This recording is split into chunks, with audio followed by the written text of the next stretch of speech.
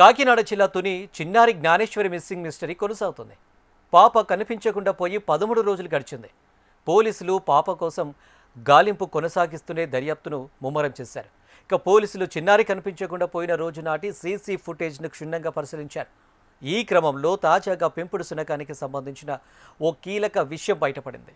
ఈ నెల 6న జ్ఞానేశ్వరి అదృశ్యమైన సంగతి తెలిసిందే.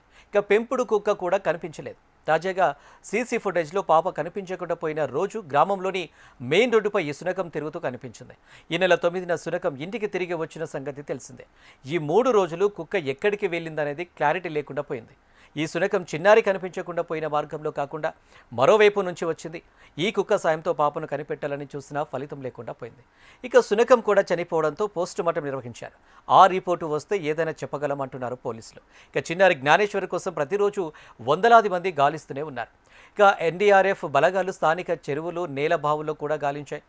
పాప కనిపించకుండా పోయిన ప్రాంతానికి సమీపంలో ఉన్న కొండపై ఎక్కడ అడవి జంతువులు, కొండ చిలువలు ఉన్నట్లు ఆధారాలు కూడా లేవు.